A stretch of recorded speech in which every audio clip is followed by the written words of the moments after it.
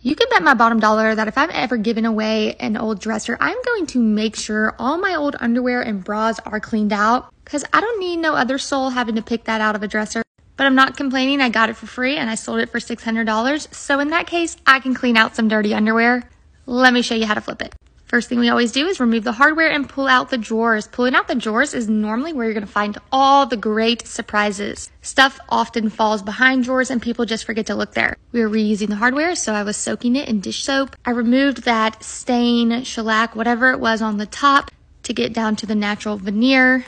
I did that same process on a lot of the drawers. I used 60 grit, 180, and then 220 to smooth. I scuff sanded the whole thing with 180 and then 220. Super important that you lay it down like this so that you can scuff sand the bottom of the dresser. That's where a lot of the chips will happen. And then we started cleaning.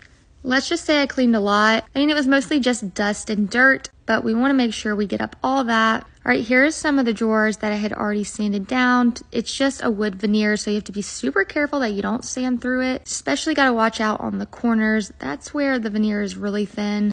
All right, now that I got it all cleaned, I got the top taped off, I primed it.